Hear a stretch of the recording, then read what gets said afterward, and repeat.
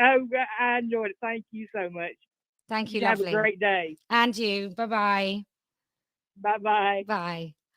Oh, how lovely is that? What an accent. Wouldn't you just like to be able to just, it's like velvet. It's like thick chocolate milk. It's so lovely. Just, oh, I would love to. Wouldn't you just? I would just love, but I can't do it, and I'm sorry if it's offensive. Hello, good afternoon. Good evening, even. My name is Kelly J.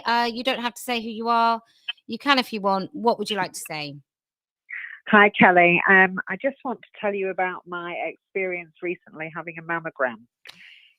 I went for a mammogram in these mobile units. And I was in a very small room with the lady. I immediately got undressed to my waist, expecting to get straight onto the scanner. And she started asking me questions. So I was stood there naked to the waist. I wasn't at all bothered. I was alone with a woman, but I wouldn't have done that if it had been a man there. I would have been very uncomfortable. That's point one. Anyway, I had my mammogram, and after she'd finished, I asked her what would happen. I asked her whether or not they had trans women doing the mammograms. And she said, yes. And I said, so what would happen if I said I was uncomfortable with a trans woman, i.e. a man, doing my mammogram?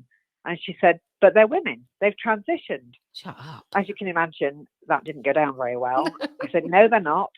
They're biological men. The majority of trans women don't ever fully transition. They may have augmented breasts, but most retain their penis. Furthermore, most suffer from a paraphilia, which means they become sexually aroused by dressing as a woman, having their own breasts, or being in the company of women in a state of undress.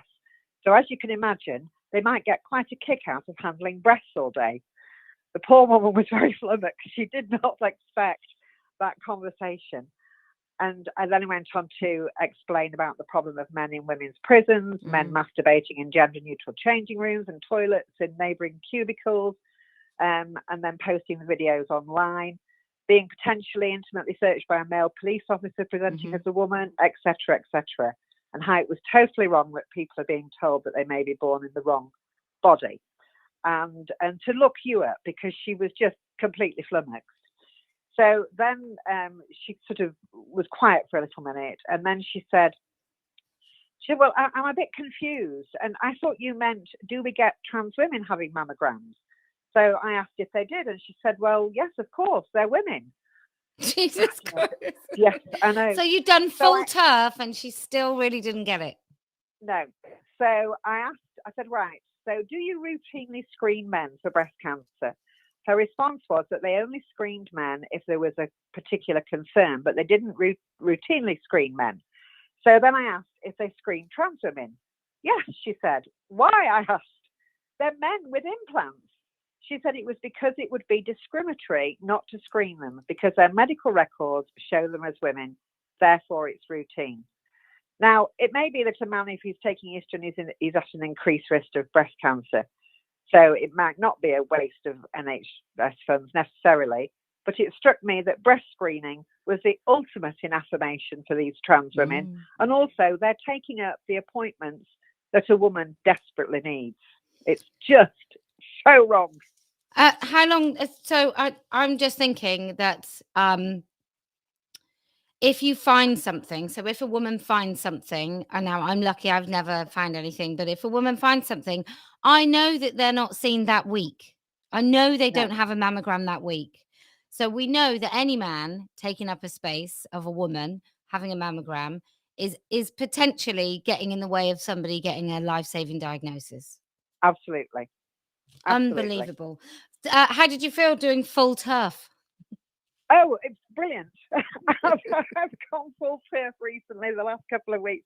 I bumped into a lady that I haven't seen for years that I went to primary school with, and we had a quick chat. We were in the supermarket, and then she told me how she'd just retired from being a social worker.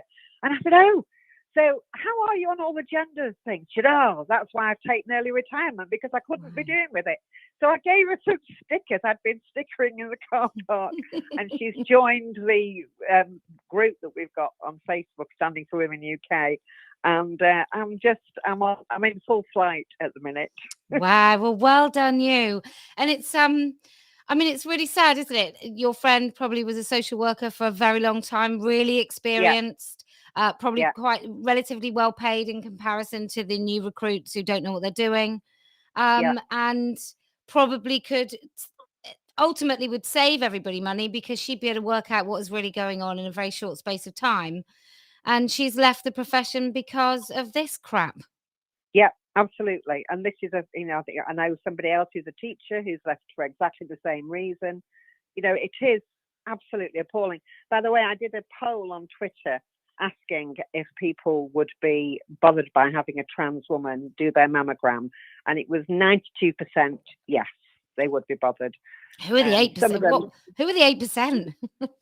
Oh, well, some of them said, well, if it was a man, I've got a breast consultant as a man. I'm like, no, not somebody who's actually being honest about being a man. Somebody who's presenting as a woman and they're getting a kick out of handling breasts. I mean, if you've had a mammogram, you know that it's not just a case of you standing up against the screen. Your breasts get hold, they have to get hold of your breast and position it and manhandle you. You don't want a man doing that. You don't, especially an AGP man. I mean, it's just appalling. A, that you might get a trans woman, a radiographer, and B, that trans women are taking out mammograms. It's just utterly wrong. And it goes back to what you say all the time. It's the thin end, the pronouns are the thin end of the wedge. And this is the thick end of the wedge. You've got another call coming in. I have. But thank you so much. Lovely to talk to you. Go on. No, I need to tell you something quick. Go on. In court, if you are forced to refer to a trans woman attacker as she, surely that would be going against your oath to tell the truth. Yes, it would. But they don't care. They'd rather us lie and save a man's highly made up face. So, okay. All right. Thank you very much. All right. Nice to talk to you. Cheers. Bye-bye. Bye.